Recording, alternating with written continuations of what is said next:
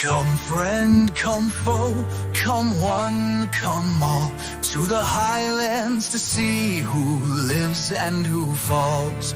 Jokers and fools, queens and kings, they'll take to the stage on invisible strings.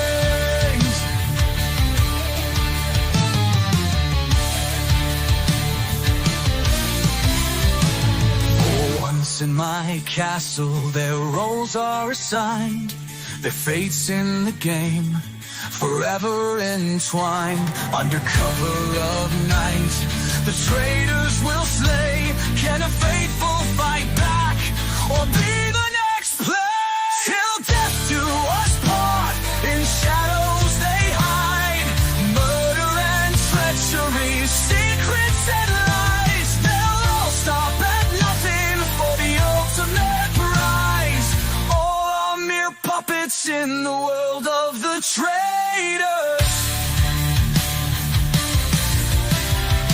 From the meek to the fierce, pawns to dictators, bound by the strings of the silent orchestrators. Every move, every breath, a twisted decree, a game of betrayal, no one's truly free. Till death do us part, in shadows they hide. Murder and treachery, secrets and lies, they'll all stop at nothing for the ultimate prize. All are mere puppets in the world of the traitors.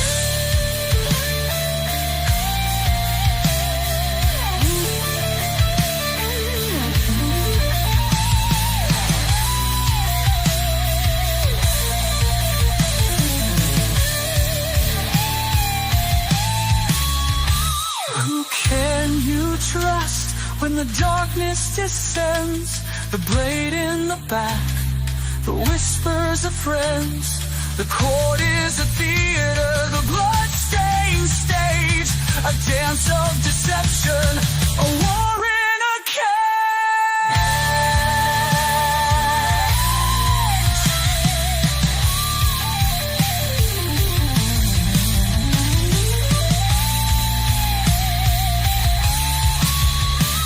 Till death do us part, in shadows they hide.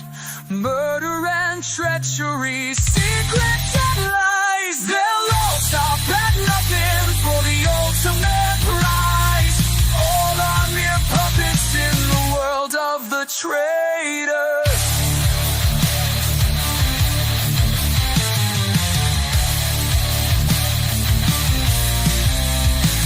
Come friend, come foe, come one, come all, to the highlands to see who lives and who falls. Jokers and fools, queens and kings, all are mere puppets on invisible strings.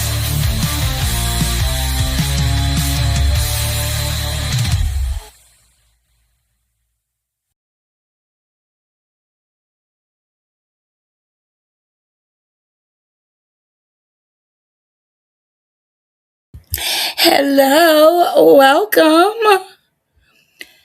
Kirsten, Pippi, Rainbow. Hi. Oh my gosh, that was so dramatic, Rainbow.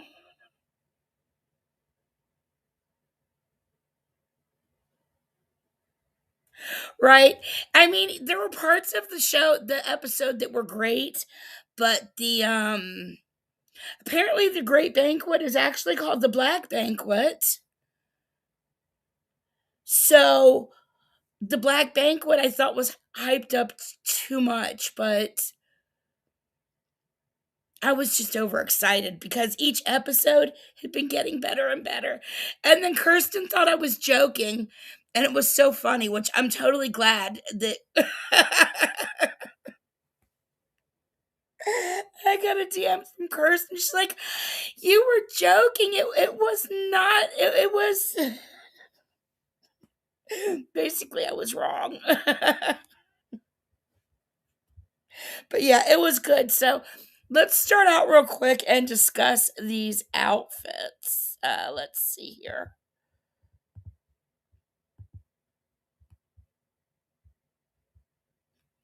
Let me make this big.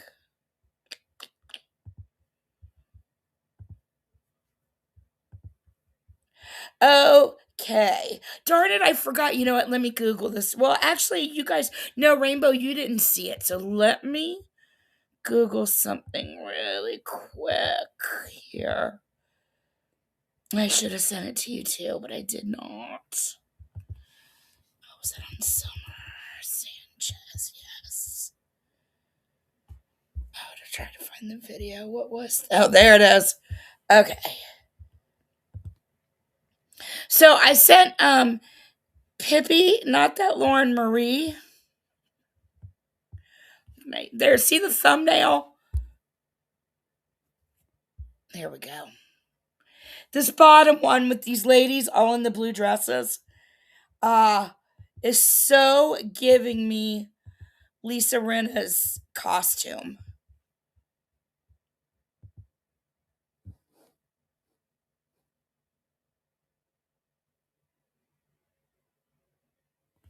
Pippi. It was a real event in history.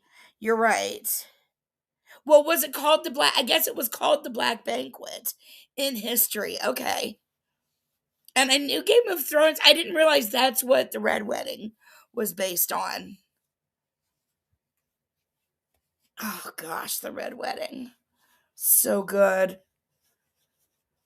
Okay, so yeah.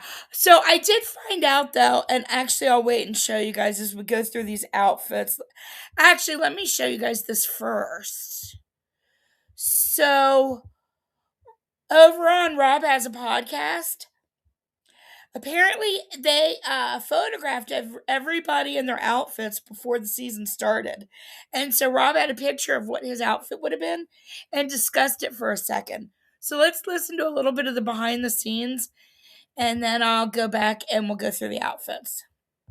Yeah, here is my outfit from that I didn't get to wear to the Black Banquet. Really, I got some, some compliments, and also Ron Funches said it looks like I'm at a Star Trek. Ron Funches said it looks like he's at Star Trek. I love it, actually. Boston Rob had some roasts, lots of good roasts from the cast. And different roasts. No one, like... Boston Rob said, new Captain Snakeskin apparel line. Man, I wish I got to rate this fashion on the podcast. The one that he does with Bob the Drag Queen. It was like no roast was the same. Yeah, and no roast beef for me because I did not go to this little piggy didn't go to the banquet. But fun stuff tonight on the Traitors as we find out. It made it seem like the cast or the casting, like costume people, helped the cast pick out their specific outfits prior for the event. Because I don't think Lisa Rinna would have picked out this dress on her own. Maybe she would have. She's got a horrible fashion. Her fashion has been such a disappointment for being a housewife. So anyway, all right, so we've got Lisa. Let's continue to the next one. Who is up next? Mara looked stunning. And I love when she walked in, how she stood and posed and put her hand, her finger around the brim of her hat. Right, Rainbow, it does. And they wanted everybody to probably have, they wanted the banquet to appear a certain way. So yeah. And make sure things film properly and all of that. Lisa did look terrible. She looked terrible through all of it. Actually, the tank top that she wore when she got evicted was her cutest top, probably. And it was just looked like an Old Navy tank top. Hey, not that Lauren Marie, you are just in time. Aw, babies. Babies getting groomed. So Mara was the next look. Candace. Candace looked stunning. Candace reminded me, and this is Candace reminded me of, and this is a compliment in the best kind of way. She reminds me of a drag queen in this outfit. The only thing I feel like that was missing was makeup. I mean, her makeup was not bold enough to be a drag queen, but just the theatrics of the headdress just give me drag queen in the best kind of way. Like I mean it as a high compliment. So that was Candace. It's about the only compliment you're getting from me, Candace, tonight. Next we have got Eric. What a cutie, and I love his jacket. Love it. He's so cute. Rob, hot. I don't know what is going on with this what do they call those? All of her looks have been amazing, Rainbow. What is it called? The thing that you wear under the tux? It's not the cummerbund, that's around the waist. It's I don't know, whatever it is, but I like it. I like the new fashion of it. I don't know if that's like a new thing for people that are in weddings that wear stuff under their suits between the shirts. Hey, Wanda, thank you for popping in to say hi. But I love, even though Rob is a hottie and would look good in a paper bag, I love this look. I've never seen anything like this before in fashion, and I love it. And it makes me kind of excited because the Grammys are tonight, and so I'm excited to see what's if there's anything like this there. And let's see what is next.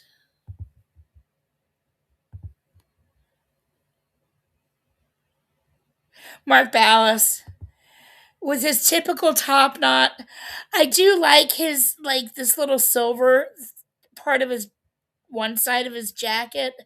I don't know. He's fine. Dorinda. I think this look is perfect for Dorinda, and I love it for Dorinda. Love.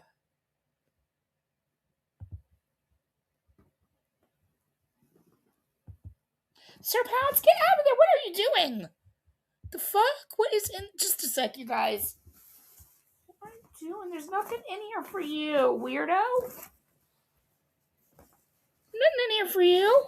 Okay, I'm sorry. Oh, baby. Oh my gosh, you guys. You know what? I'm getting sidetracked again. I had to send Pippi. Let me see if you guys can hear this. Look. Sorry, this damn cat. I wanted to get it recorded and I sent it to Pippi this morning.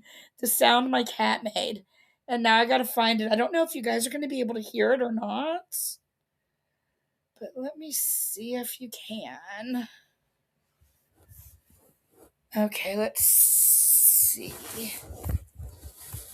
See if you can hear this. Oh, it's probably not gonna be loud.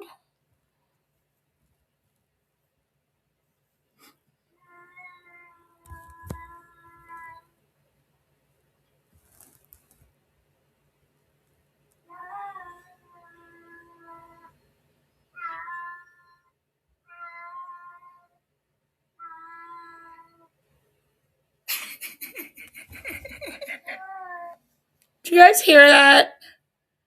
Hey, Gamecock Jenny.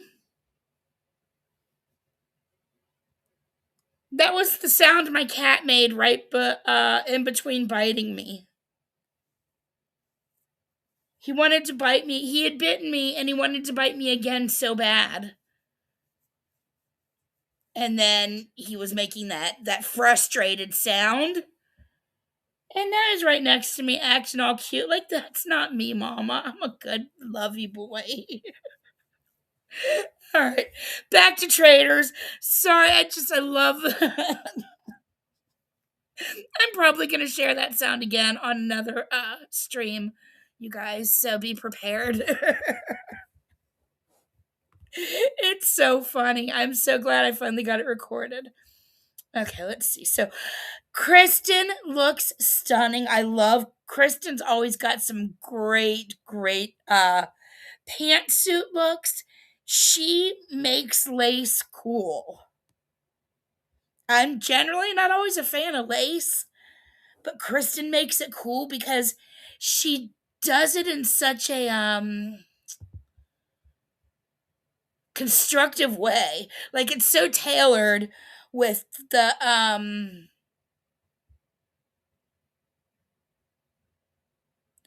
what's the opposite of feminine? Masculine. It's like the masculinity of a pantsuit, but then adding the lace and the cape, it's just like perfection. I love it. I love that kind of a look. Um, where you've got I like a masculine look with a touch of femininity. It's kind of one of my favorites for personal style.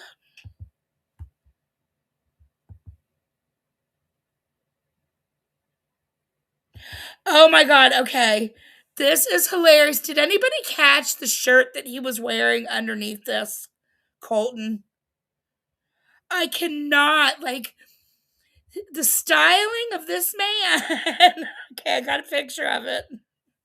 Because that's the real story. It's not the crown, it's that shirt.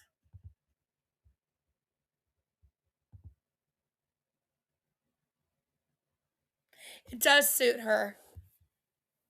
What is Colton wearing as a shirt? Those are the things that you put over suits and dresses and stuff to, it's a large accessory to change the look of like your LBD or, a man's suit, for the more bold and daring man. I'm not, you know what, because if Rob had this on, probably like, oh my god, Rob makes this so sexy. No, it is art.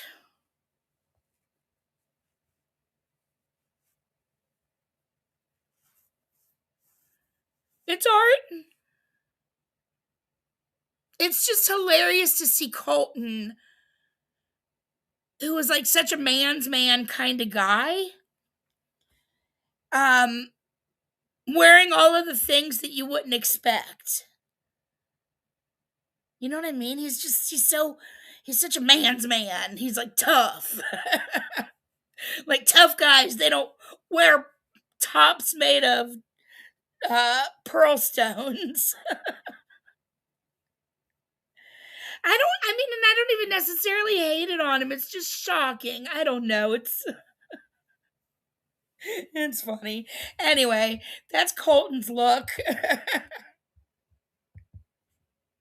I will say Colton's fashion is killing Lisa Rinna's fashion. Maybe that's the part that shocks me the most. Is that Colton's fashion is like Lisa Rinna's fashion is horrible, and Colton's fashion is like, even if I don't like it, I do respect the aspect of how daring he is.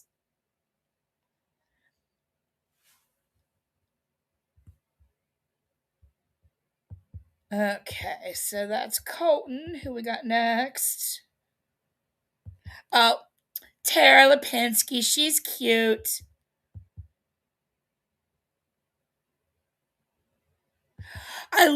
See, this is like what the pearl thing, I thought, it could go over a suit or something.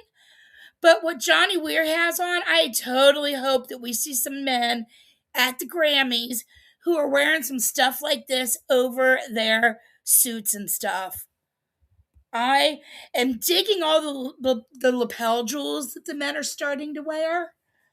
That's coming into fashion, and I would like to see some more of this on the red carpet tonight. Of what that type of thing Johnny Weir is wearing. It is Lisa fucking Rinna. You're right.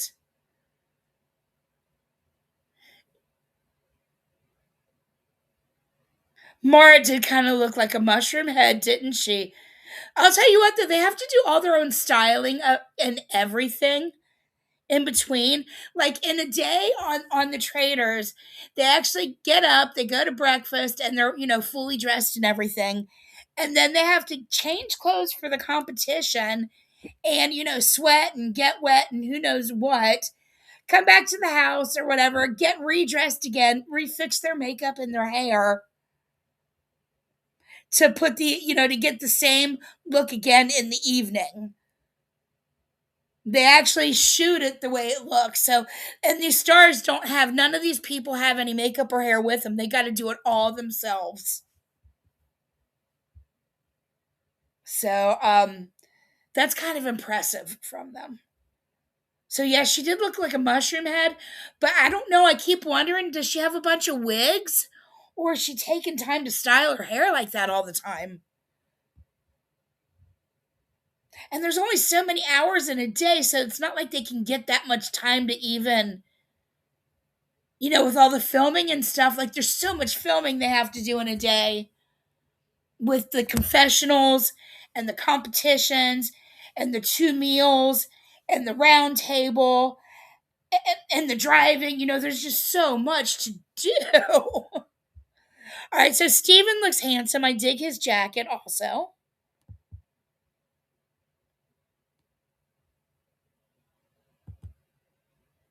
I love this. Is my favorite dress of the night. I love this dress on Natalie, from Natalie. It is so cool. Oh my gosh, I love it. I've got a purse that looks so similar to that top.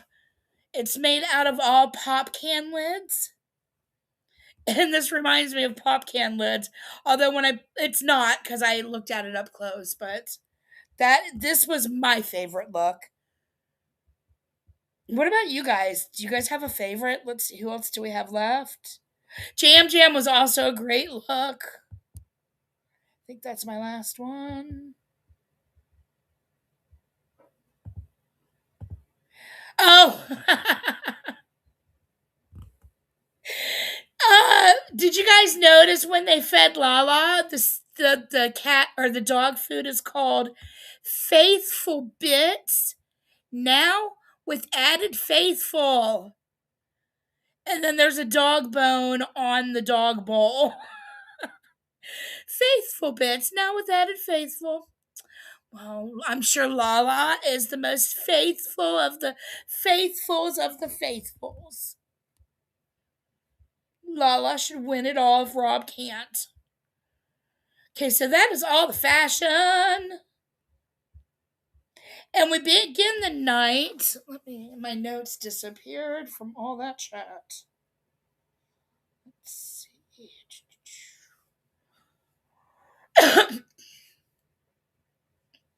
Pippi, the Pop Top bags too? So cool. I didn't realize, I thought I was so unique, but people knew of them. We had to order them from England and convert money. They came all the way from the UK. And then the people that made them, the money got donated, back to their village or something that was, not in Europe. It was on a different continent. I don't know. Now I have 2 of them. I've got my mom's and mine. Let's see. My notes are right here. So, basically, they're preparing for the Black Banquet, and the Traitors are all dressed to kill. And we have Lisa reminder that she was in charge with the brooch. Lisa fully volunteered herself and said, I can do this, guys. This is mine. I got this. Remember? She was so gung-ho. This is all about Lisa. I got this, guys. I mean, because really, what had Lisa been doing before this other than being super excited in the morning that she was alive and then quiet the rest of the fucking day? She didn't do shit. Let's just remember that. Frickin', she's so entitled. Oh. So it's a very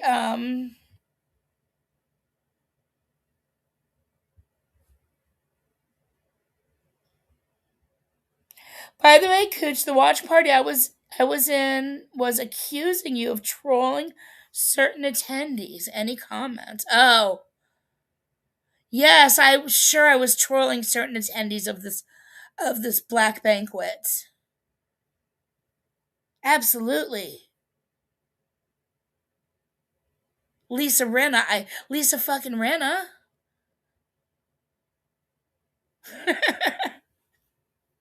I mean, if you'd like to ask me something more specific, I'll respond, but I'm just going to say yes. Guilty is charged.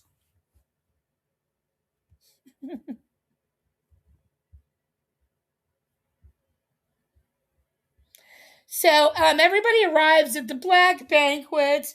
I said my notes, everybody looks amazing, except Lisa Rinna looks stupid. And I've got some clips to show of this. Let's show. I tried something new with the clips this time. I got every clip but one of them came directly from the Traitors IG. So let's see. Each week they like to fight with me on my clips, and it's getting annoying. So let's see if the clips this week cause less fighting. So my first clip is of them at the banquet talking, toasting. Let's eat, drink, and be merry, because tomorrow will be another day. Cheers! Cheers,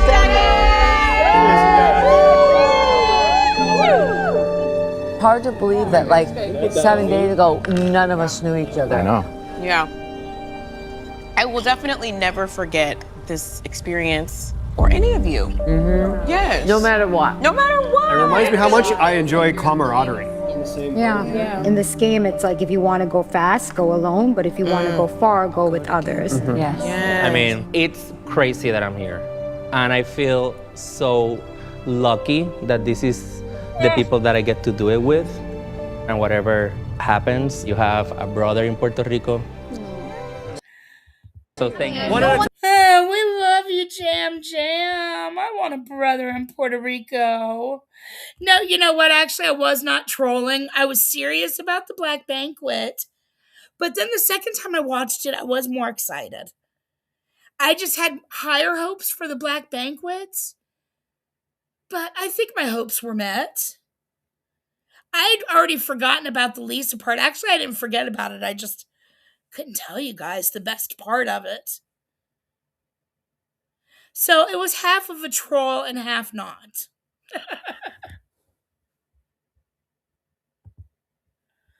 Okay, so we've got them enjoying themselves at the dinner.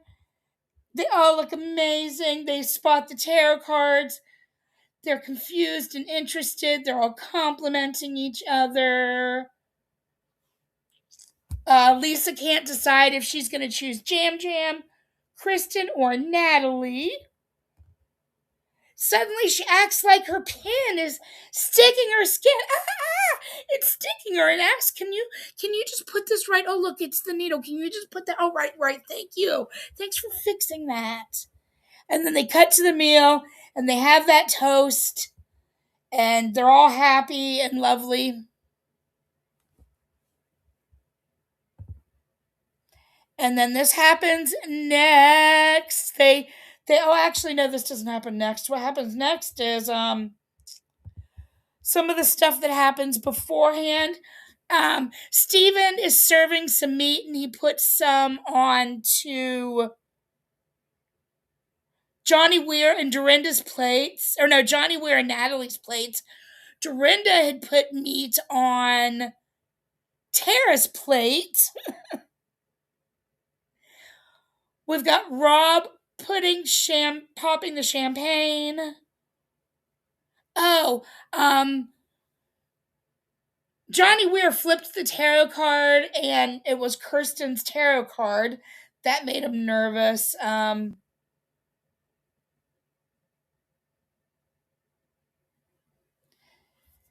And then Rob is happy. He's at the table and has no idea if there was even a murder committed yet. That's true. Wasn't even sure if there was a murder committed yet. And was happy he could have plausible deniability. And not that Laura Marie raised a very good point. So let's see. Alan comes in and he sits down very dramatically. And he's got his henchmen behind him, his guards, and he tells them about the story of the legend of the Black Dinner. In 1440, the Scottish King James II invited a noble clan to a banquet fit for royalty at his palace. They ate and they drank and they shared many tales and they laughed through the night. However, the clan didn't know that they were brought there under false pretense. Just before the dessert, they were served with their own demise. The room is quite intense at this point. Everybody is looking at each other, quite nervous of not knowing what's going to happen. Alan says, tonight is a case of history repeating itself. Boom, boom, boom. He explains that somebody has already been murdered. But if you've been murdered and you drink this anecdote, you will be saved.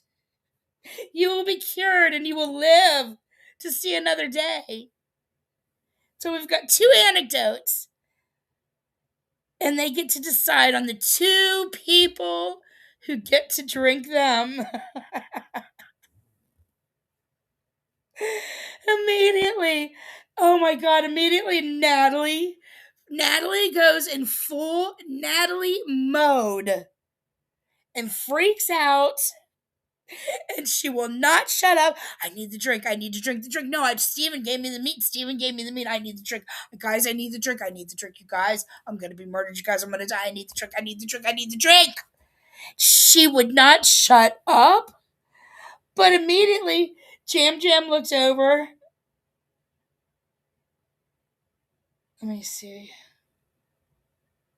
Whoops, how do I scroll back when I'm talking?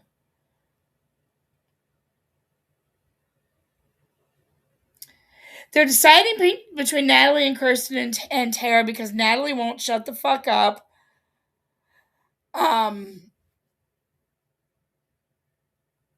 And let's take a look.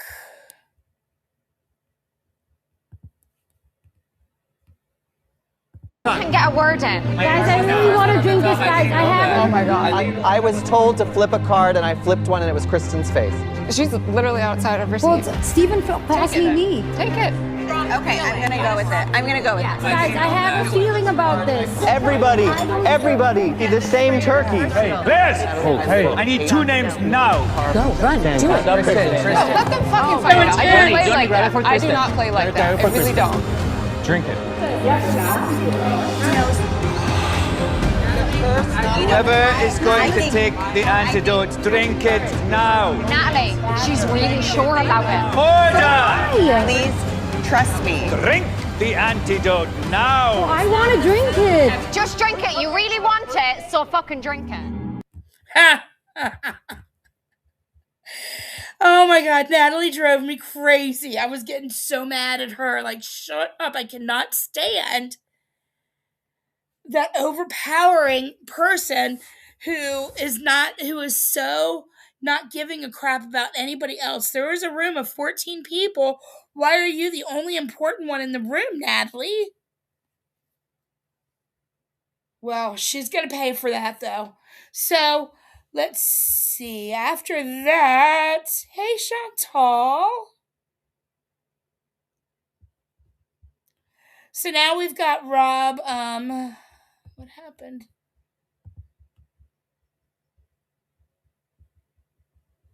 Oh yeah, this is now we've got what happens next. Let's watch. Let's watch. The player that was cursed to death is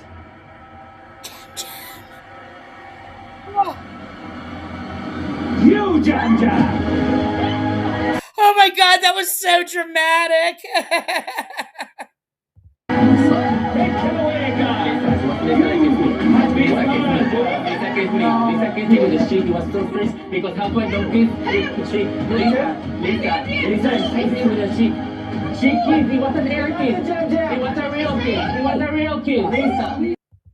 That's so funny. It was an air kiss. It wasn't a real kiss.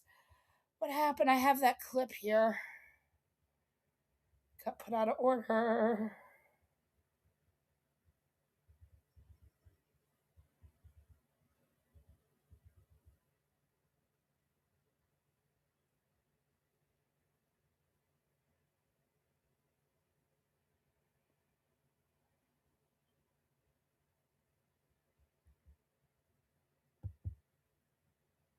Okay, so here's the clip of what actually happened with the kiss. All right, stop. I don't want to do anything. I'm so sorry. You look gorgeous. Bring it.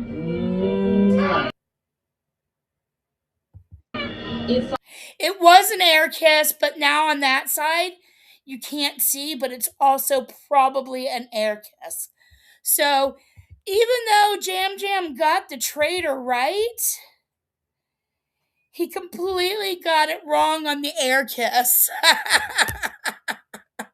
Me too, Kirsten. It was amazing. And I didn't even realize. I believed him when he said, she kissed me on the cheek. She kissed me on the cheek. And then I'm rewatching it the second time to take all my notes. I'm like, she air kissed him from everything that it looks like. Let me go back. Let me just,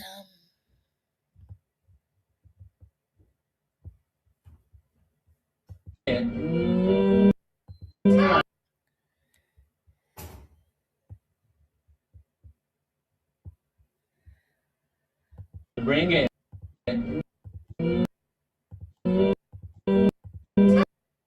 oh, it's so hard to tell if that's cheek or not. It looks air but cheek. I don't know. It doesn't matter. it's so hard to tell. But regardless, so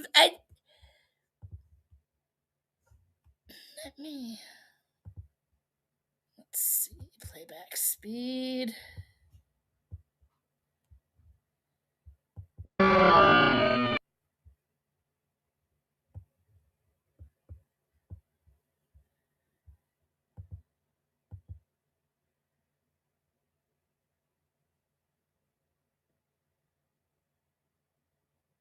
Okay, they're coming in.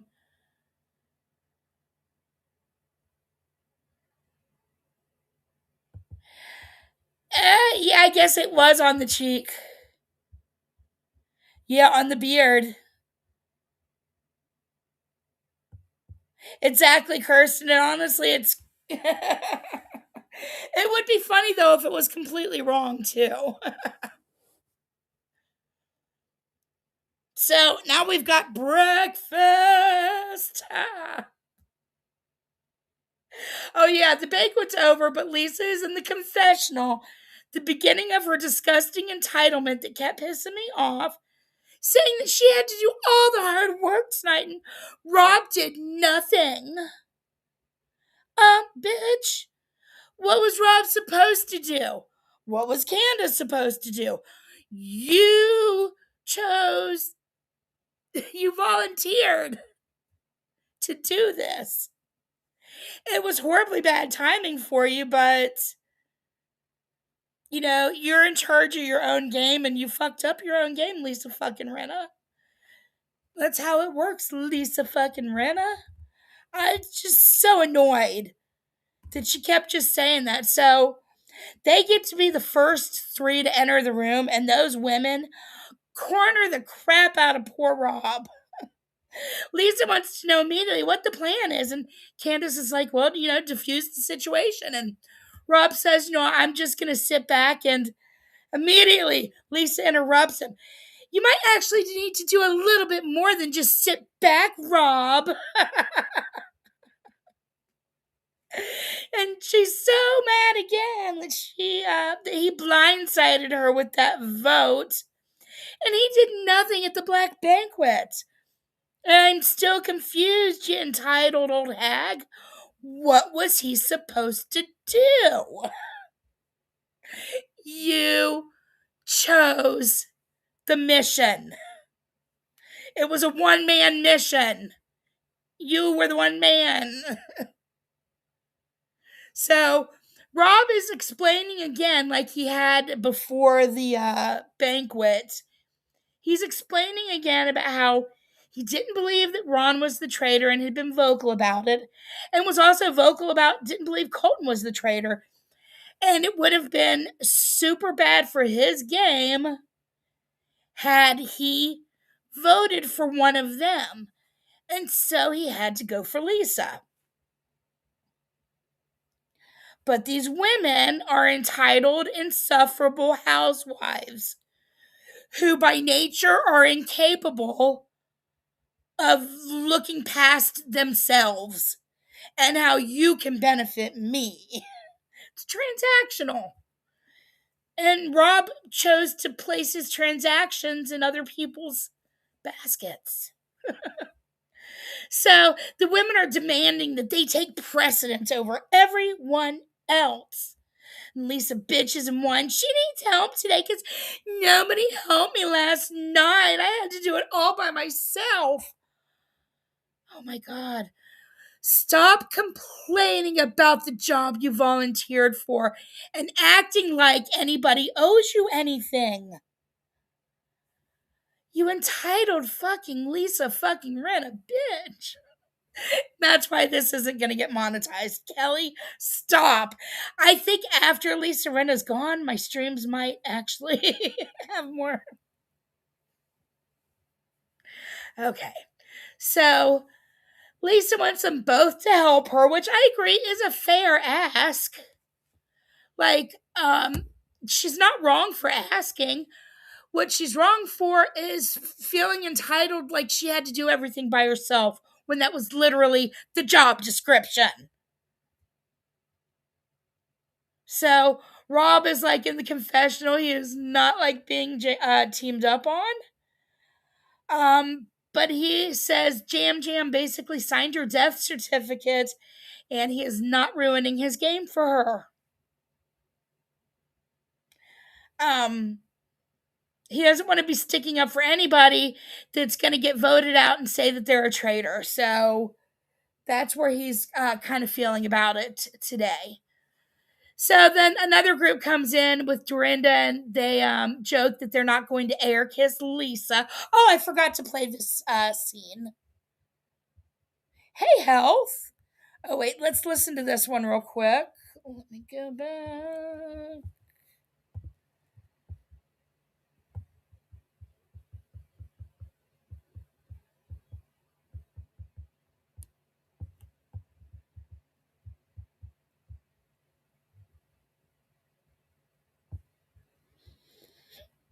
Okay, so it's breakfast.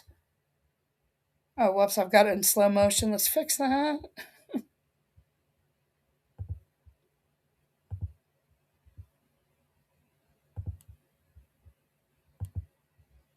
So, do you all need to talk? Well, I Because just... you're after me now, because come on. I had been very verbal about not thinking Ron was a traitor, and obviously I'm very close with Colton. I just think it would have looked super off. And I didn't think that you were gonna go home. Well, it was one vote off. It was one vote off, but... This entire game is about relationships. And we've done really well as a group. I know. So why mess it up? We've done really well with us telling you what to do, and you just listening to us. Relationship has to take priority over everything else. I mean, I At the end of the day, I understand that. I need help today. You guys didn't help me at all last night. I did the whole... entire murder by myself. You did. Oh my God. That was your job description, bitch.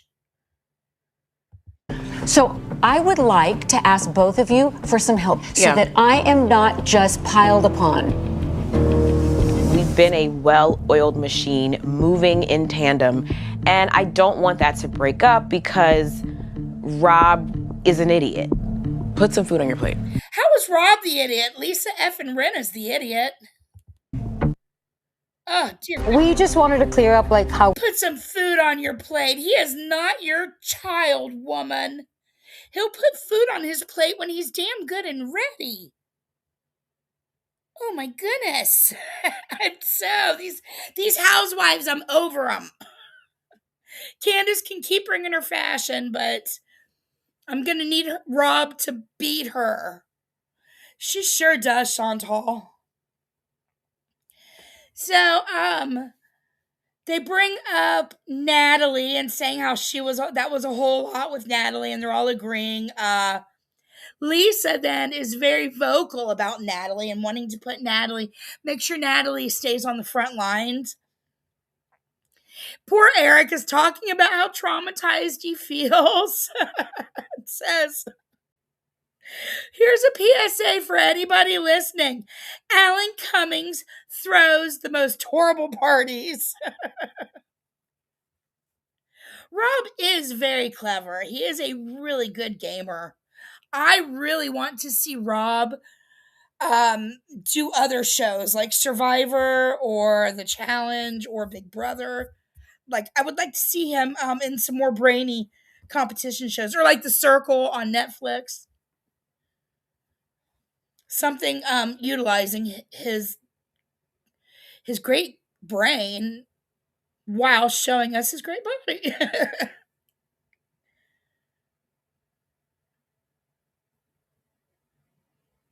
So, they're talking about the different clues, like the tarot cards and all that, and Candace sarcastically was like, yeah, but the air kiss was the smoking gun. Trying to turn things away from Lisa. Steven, I was really impressed with Steven at breakfast because he was coming into breakfast realizing that this was the first time he was going to be under fire somewhat because of the night before. But he feels like if he keeps it controlled, then the traitors will want to keep him around. And what I think he means is like, if he can keep people maybe slightly suspecting, but not enough to vote him out, then that's good for his game because the traitors won't maybe want to murder him in the middle of the night. So I kind of like that. It's going to be a fine line and a balance, but Steven is thinking in an interesting way, so we'll see how that goes.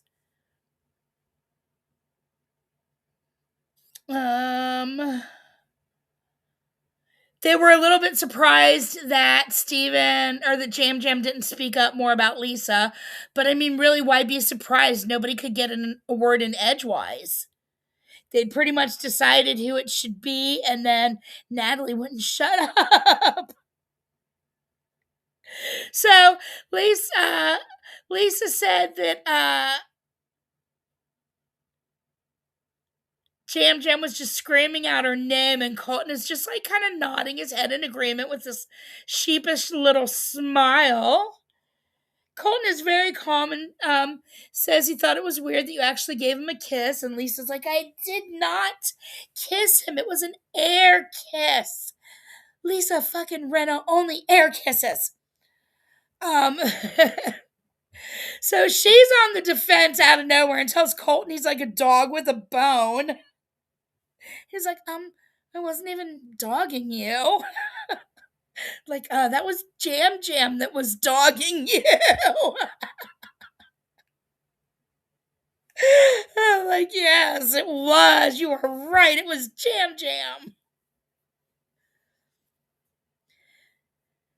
So Tara comes in, says she was up all night feeling so sorry and guilty about the antidote situation. Tara Lipinski just really seems like a genuinely good person, and I think she truly, was a little bit upset. So then Natalie also says, she apologized to Steve and says she was freaking the fuck out and let the situation get the best of her. And she's very sorry that she chose herself over the other people. And Lisa, not one to let that go, says, and yes, you did. About that time, Alan's coming into the room, and Alan is like, Jam is toast. That cracked me up. Jam, you're toast. So Alan does his little thing, and then he leaves, and Mark Ballas immediately says to Johnny, are you willing to have a Natalie conversation? And then they quietly whisper about how she is the last of the gamers, and they still have that old theory of the gamers going after gamers to keep the heat off them. So after breakfast, we've got, let's see, actually, let me see where I'm at with what's my next clip? I don't want to, okay, good, not until, wait. Oh, so after breakfast, we've got this conversation that takes place. Well, there's a group in the kitchen. Candace is they're talking about the potion. Oh, wait, no, that's not Tara and Natalie. Here we go. Breakfast group in the kitchen. Candace says she's looking at Natalie. We've got Tara and Natalie over in the study, and this conversation takes place because Tara admits that she thought in the moment that Natalie was a traitor trying to keep the potion from faithfuls. We were fighting over the potion. And why were you so strong? 2 of the gamers have been targeted. Like, think about it, they're all dead now.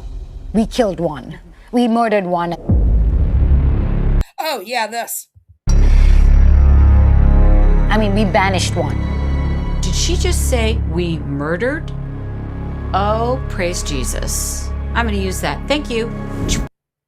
I can easily see how these people are doing that. Like, I get confused between banished and murdered all the time.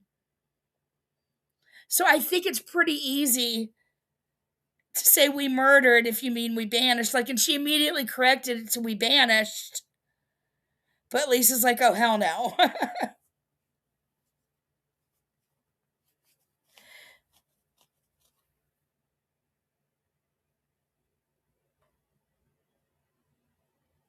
So then we've got Rob in a group with Mara and Steven and Mark. And Rob says, I'm going to say this, and please just keep it in this little group. Anytime 2 people have different versions of a story, someone's lying. And then he talks about the air kiss versus contact. I'm like, oh, Rob's got some deep thoughts dropping on us. Anytime 2 people tell 2 different versions of a story, someone is lying. Deep Thoughts by Rob Roush. Rob is talking about how Jam had no reason to lie. Someone's lying. Why would he lie? And now it is time for the mission.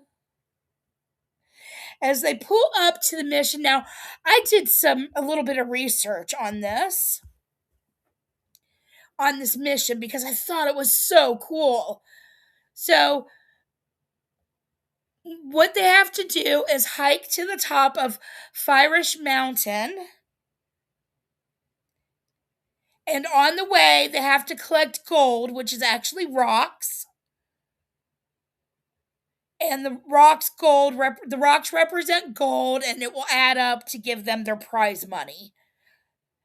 However, there's a dagger that they can also win, which is equal to 2 votes. And the 6 people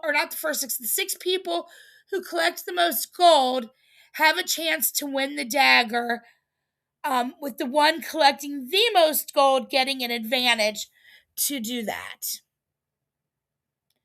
They each start with $500.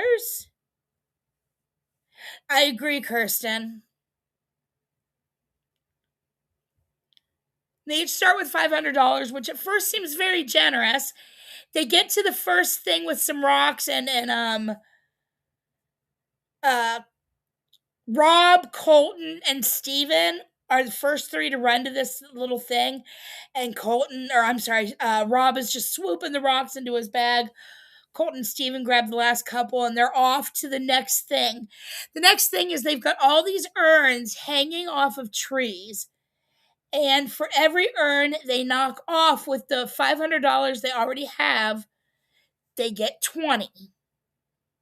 So immediately, Johnny and Mark Ballas leave, knowing that they're not going to be able to hit any. Natalie leaves pretty quick. Colton and Rob stick around because, Colton's a former football player. Colton's a former, was he pro? Yeah, he was a pro football player. And Rob apparently grew up with a lake and spends hours upon hours daily skipping rocks and taking aim at trees and stuff, and he has perfected it. So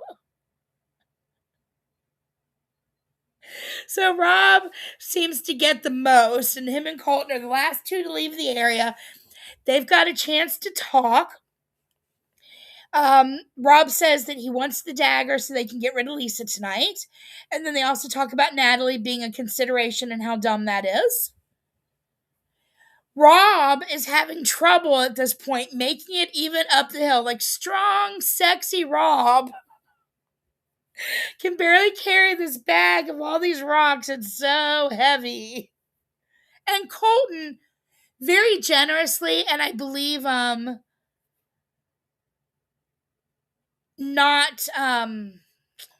the word I'm looking for? I believe Colton had a friendly offer to go ahead and carry, like, it wasn't an underhanded offer or anything. It was, I think, a genuine offer of wanting to help Rob, since that was his alliance, and helped him carry the rocks up for a little bit. So then we show the people who are reaching the top, and Natalie was the very first one to reach the top, followed by Mark and Johnny. Now she has to decide if she's going to put the gold in her chest or in other people's chest, because now they can make tactical moves. If you don't think you've got enough gold to where you could win, then it might be your best bet to put your gold or your rocks into somebody else's chest. So she uses her own chest.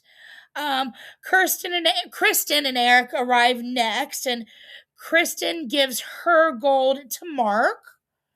And then we had Lisa Rinna give her gold to Steven. Immediately, Colton was very suspicious of Rinna giving her gold to Steven. And then Tara gave her gold to Rob. They ended up winning a total. They won a total of $17,800. Let's take a look. Of course, it's not in the order I want it to be. But let's take a look really quick at the video I made. Or the video I got off of Google. Firish Mountain. Because it's beautiful.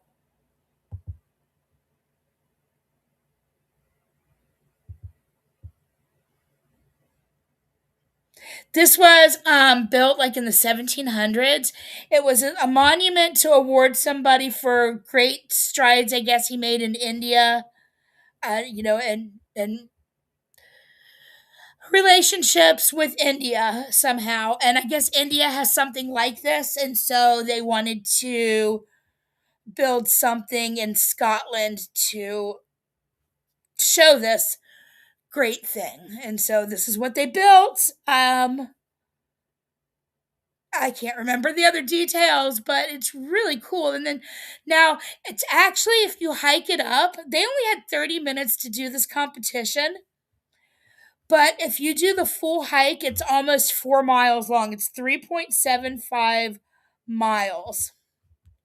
Let me go back to right.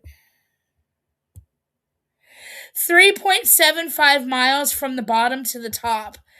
Now, since they only had 30 minutes to do it, there is no freaking way that they started at the bottom.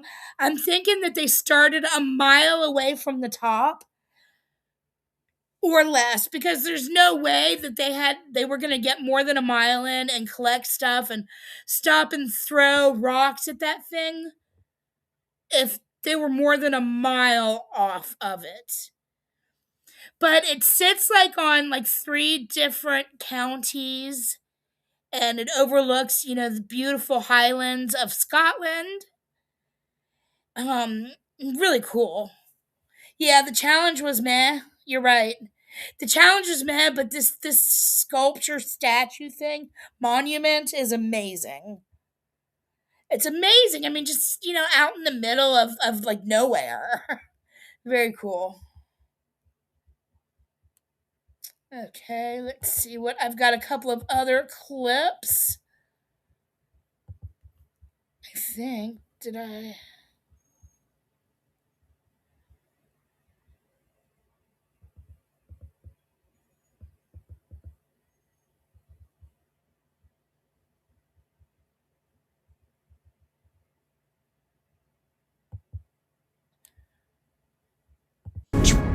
Housewives in the wild. How are you doing, Dorinda? It's tough, right? Dorinda and I and Candace are at the bottom, going up against professional football players, Olympic gold medal athletes, Survivor winners. Like, I'm just trying to get up the freaking hill, okay?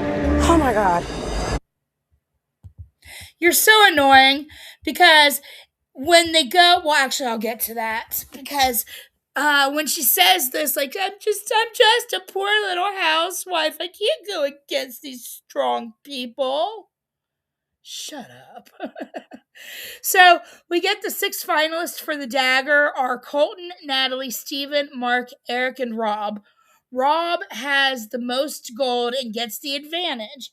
What his advantage will be is that all of them are going to receive a card. Rob does not. Wait, does Rob? No, Rob doesn't get a card. I guess Rob gets trades. I don't know. They all get a card, and then Rob has to ask each of them questions and decide which one he thinks has the card with the dagger on it. So if he guesses right, then he gets the dagger. And if he guesses wrong, then the person who has the dagger card can keep it. So yeah, just 5 players were given one. Rob was not given one. Rob says in the confessional that he is a human lie detector, and he'll be able to figure out who's lying. All he has to do is ask them a couple of questions where he knows the answer of the truth, and then ask him a question that they'll lie to, and that's how he's going to determine which one has the dagger.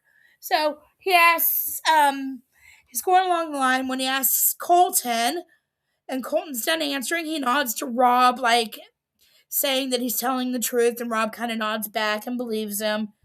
And then we've got, for Natalie, this is what happened. Natalie.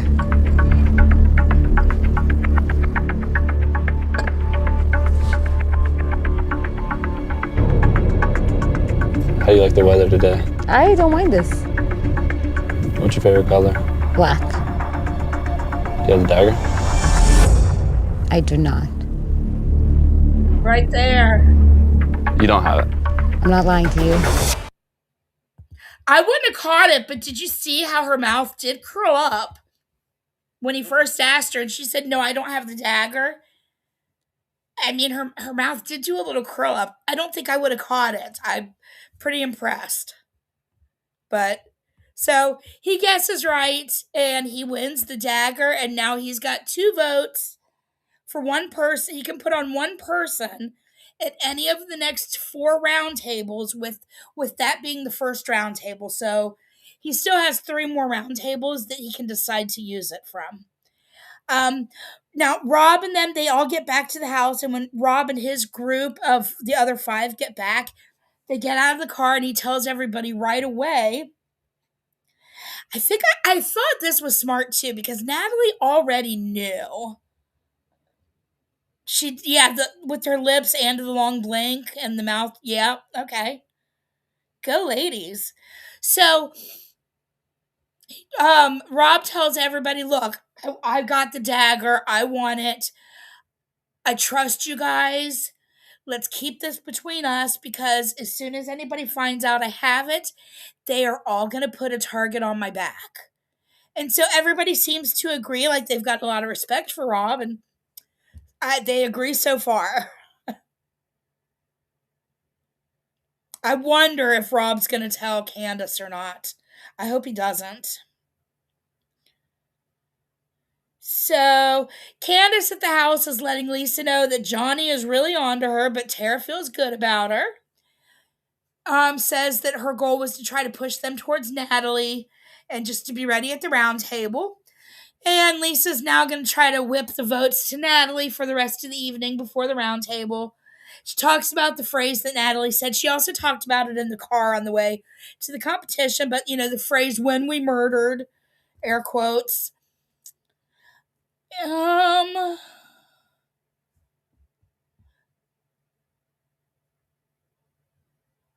When they walk in the kitchen, Steven walks in the kitchen and right away the group wants to know who won.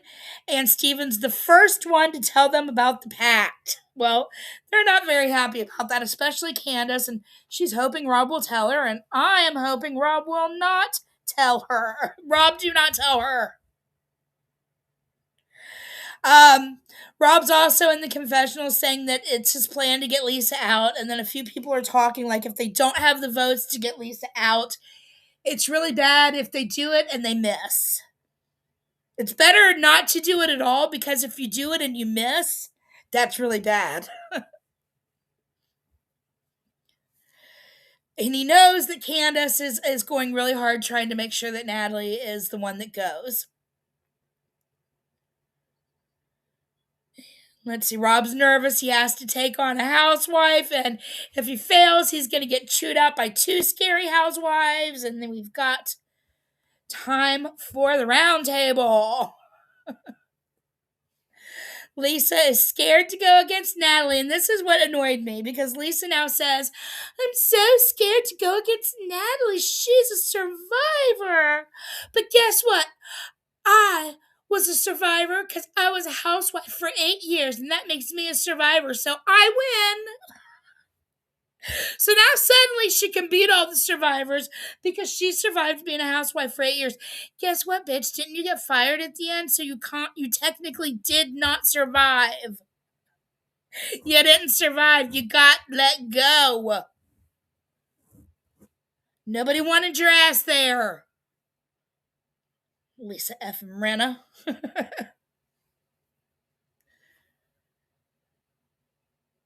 So Natalie's also in the confessional saying that angry Natalie is the Natalie that performs the best under pressure, and she is ready to go. So we've got Lisa in the round table beginning the conversation, confronting Natalie with what she said earlier about when we murdered. She was booed off the stage at BravoCon. I guess that's why she'll never be back to BravoCon.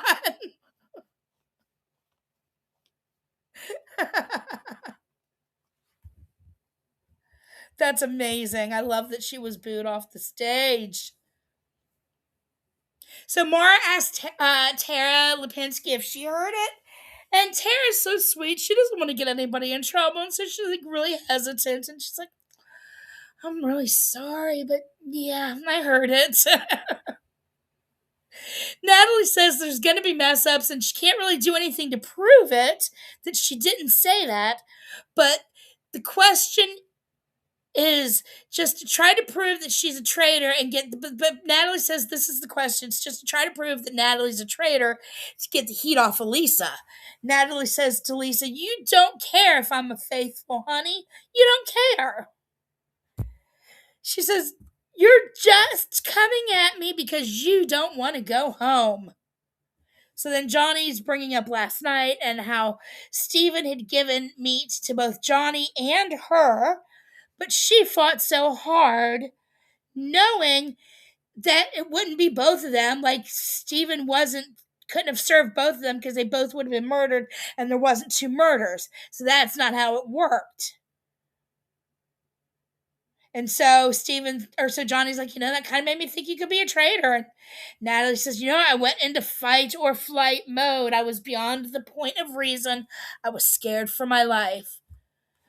Oh my God, you never want to be around Natalie when there's the end of times. She's going to lock everybody out of the bunker. Like, all the food for 200 years is mine. You all can starve and die tomorrow. So,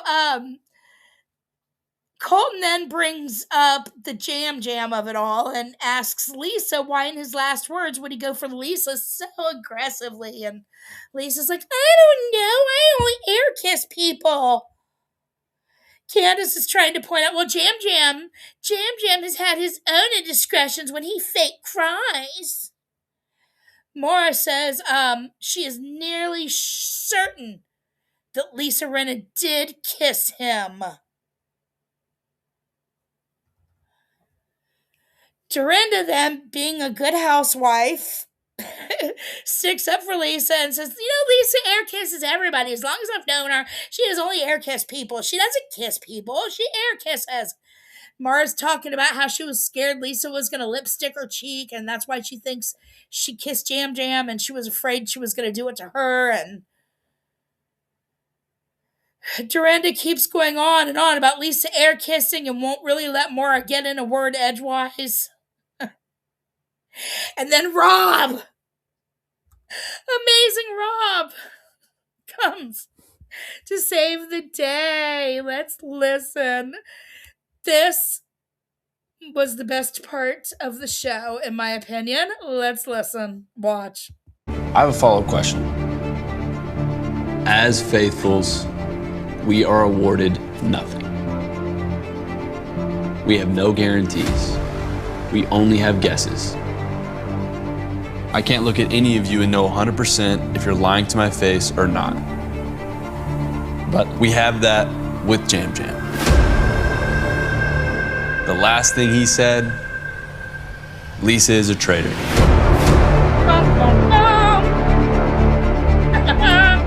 I can't sit at this table and look myself in the mirror. If he's right,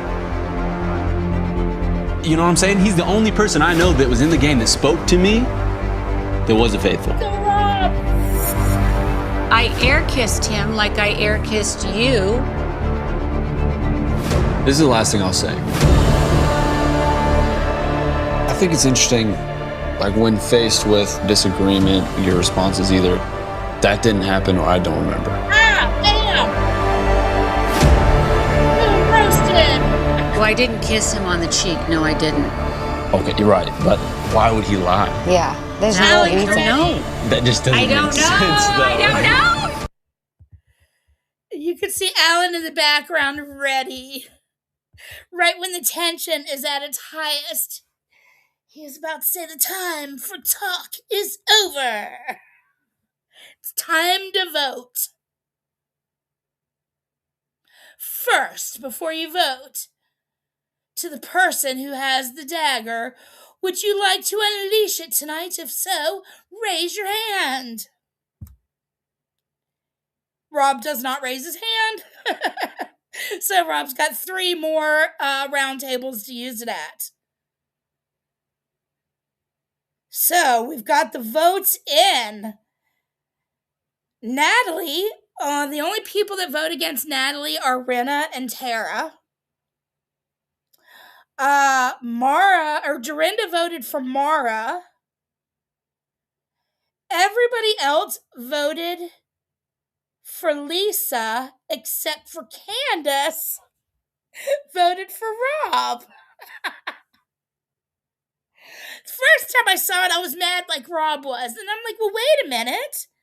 The same could be said for her, that she's not going to vote for her friend Rinna. And she didn't want to vote for Natalie. So, yes, she did a throwaway vote and chose Rob. If they weren't so heavily coming for each other now, I mean, she basically just did to him what he did to her. And if they could trust each other, it was smart. because it's the best way to keep the cover off you unless people start to suspect traitor on traitor violence. So Lisa cries when she loses.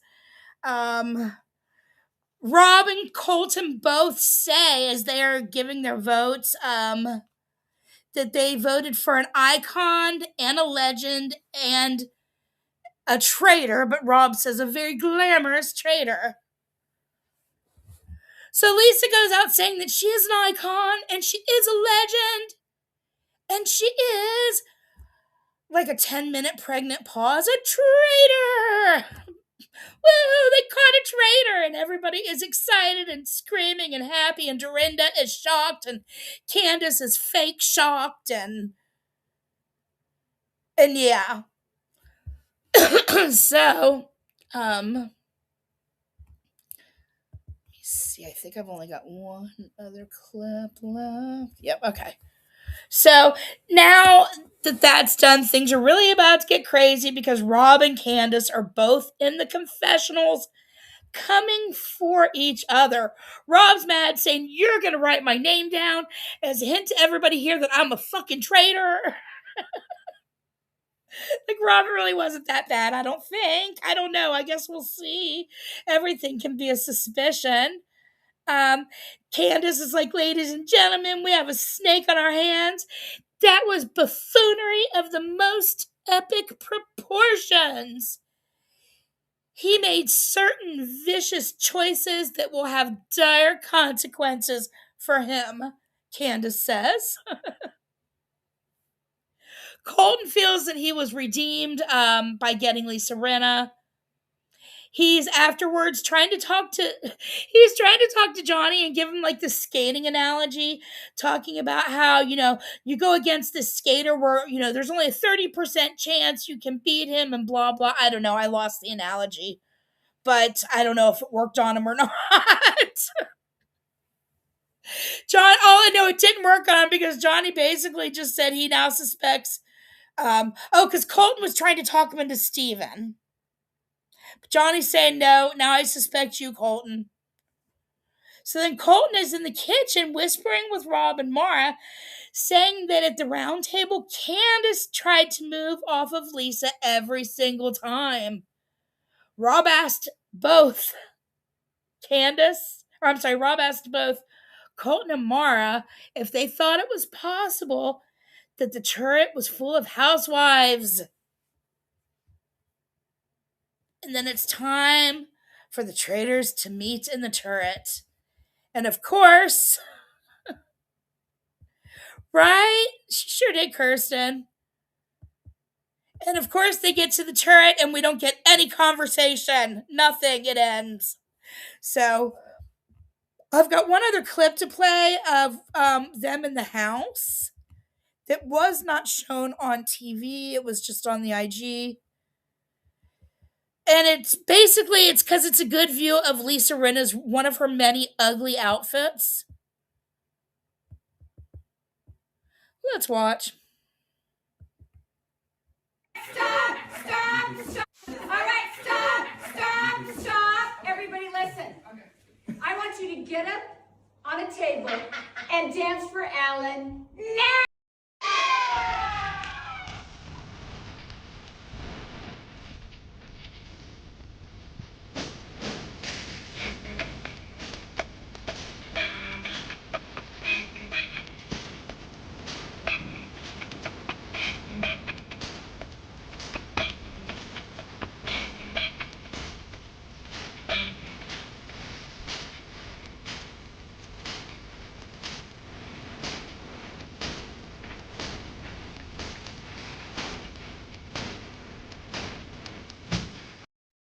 Lisa Rinna cannot dance. Also, housewives like to slap butts because Lisa slapped Steven's butt and Candace slapped Colton's butt. So I thought that was cute, though, except for Lisa Rinna. I can't stand her, and she cannot dance at all. She cannot dress at all. She's not nearly the icon that she thinks that she is. And there we have Traitors, episode 7, season 4. The Black Banquet is complete. So, what'd you guys think? Well, I think you loved it because Lisa Rinna's gone.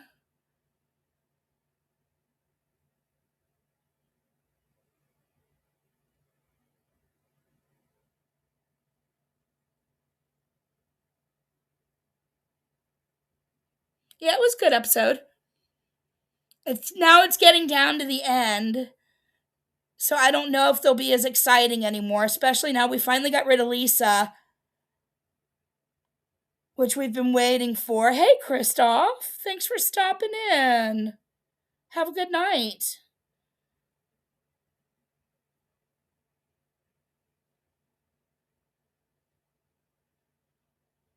I think there'll hopefully be more strategy and stuff.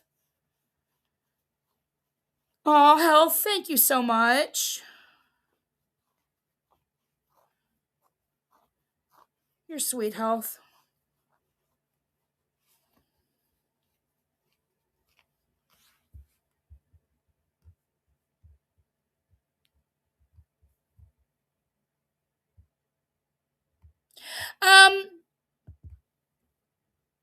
I liked his fashion, but the banquet we saw in the videos, and I loved what he wore for the banquet.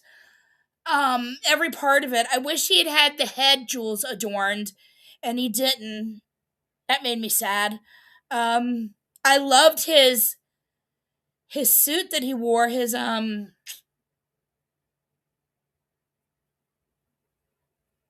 can't think of the word what that print's called, but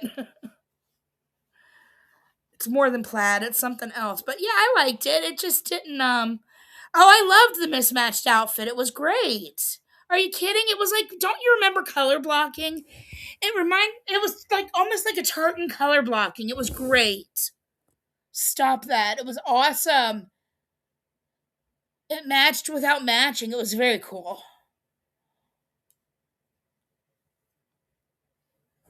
It was very cool, Pippi, and you stop that. You too, Health, exactly. So I'm going to do part 2 of that thing I did the other night with the cheaters. I'm going to do that probably Tuesday or Wednesday. And I'll try to start it later in the day around 3 o'clock or 4. So Kirsten's awake. Except, not that Lauren Marie won't be home, but I can't start it that late for her. It's too many hours.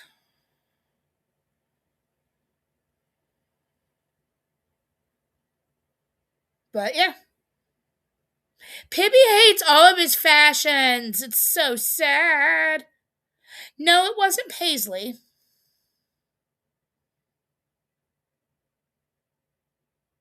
I guess it was just like the tartan plaid. I thought there was another word in my head, but I'm just confusing myself, I think.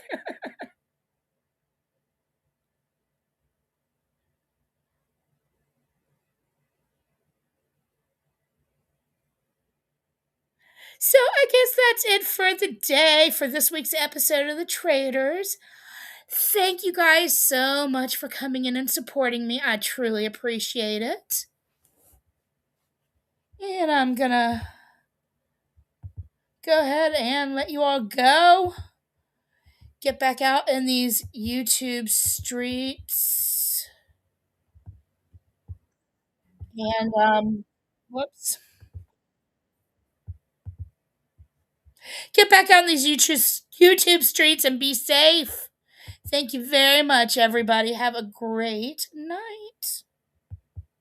Come friend, come foe, come one, come all, to the highlands to see who lives and who falls. Jokers and fools, queens and kings, they'll take to the stage on invisible strings.